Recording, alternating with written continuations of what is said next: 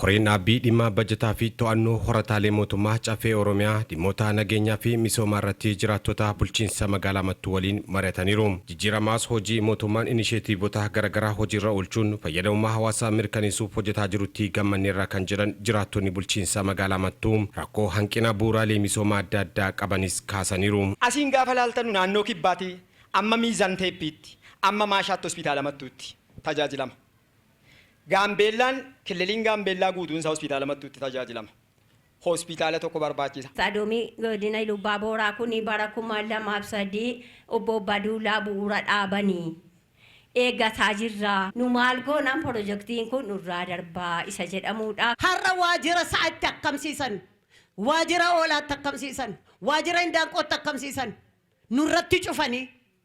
Oriinaan birri 200 bitu 100 bitu bakka itti du'aa jira. Fakkeenyaaf ani pirojektii kenname jijjiirra lafaatti hojjetame waggaa 13 ituu raawwatamee jiru beekaman. Waggaa 13. Investi godha jedhee 2014 xiqamti wariidha jammare.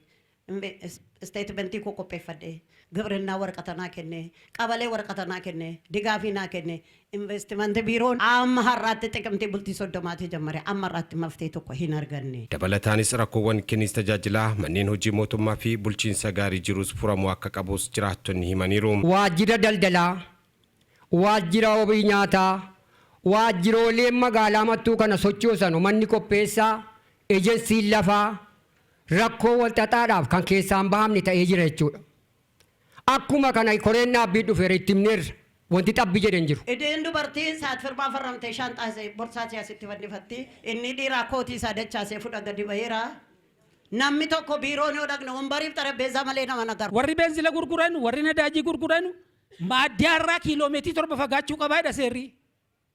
Hankeenya garuu jarakaaniidhaaf barmeeliidhaan iyyuu katamaa hunda keessa kaa'amee deengadamma uummatatti mana nurratti gubee oole. Itti gaafatamaan waajjira paartii badhaadhinaa damee bulchiinsa magaalaa Mattuu obbo Kaasaawun Haayiluu mootummaan magaalicha keessatti hojiilee misooma gurguddaa hojjetaa jiraachuu yeroon rakkoowwan kenniis tajaajilan wal qabatee ka'anii kuufis riiformiiwwan garaagaraa geggeeffamaa kan jiruu fi kunis cimee kan itti fufu ta'us himaniiru. Walitti qabaa itti aanaan koree dhaabbii dhimma bajataa fi to'annoo horataalee mootummaa caffee Oromiyaa obbo Galmaa Waaqoo hojii nageenya mirkaneessuuf hawaasni caasaa mootummaa waliin qindoominaan hojjetee kan galateeffamudha jedhan.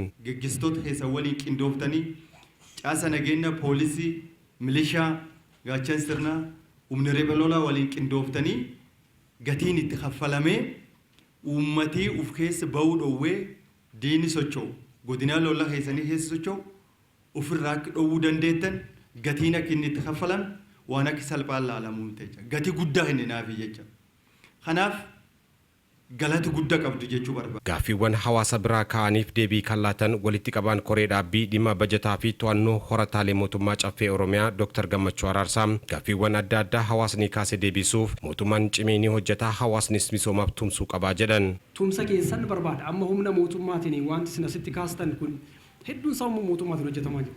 Oromiyaa keessatti bakka hedduutti magaalota keessa dabalatee hirmaannaa uummataatiin kan hojjetamu baajata mootummaatiin kan hojjetamu caalaa jira dhugaamu magaalota hedduu naannoo sana jira shaggar dabalatee dhugaamu kanaaf tumsa keessan barbaada tumsa abbootii qabeenyaa tumsa jiraattota magaalaa barbaada hojiin nageenyas hojiin misoomas. Dabalataanis rakkoowwan bulchiinsa gaarii kenniis tajaajilan wal qabatee uummanni komatu gaggeessitoonni magaalichaa itti siqeenyaan furuu akka qabanis dubbataniiru. Mana kana keessatti bal'inaan ka'aa kan jiru amma 90% mana kana keessaa ka'aa kan jiru kenna tajaajila seektaroota irra.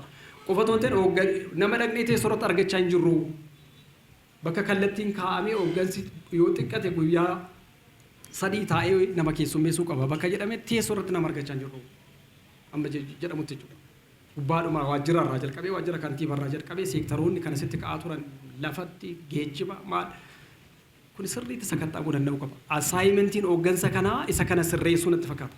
Isa kana karaa qabsiisu yoo wanti gorfamu yoo jiraate gorsu kan gahoomsa noo jiraate gahoomsu kan mura noo jiraate uummata keenya hin caalu muruun baay'ee barbaachisaadha.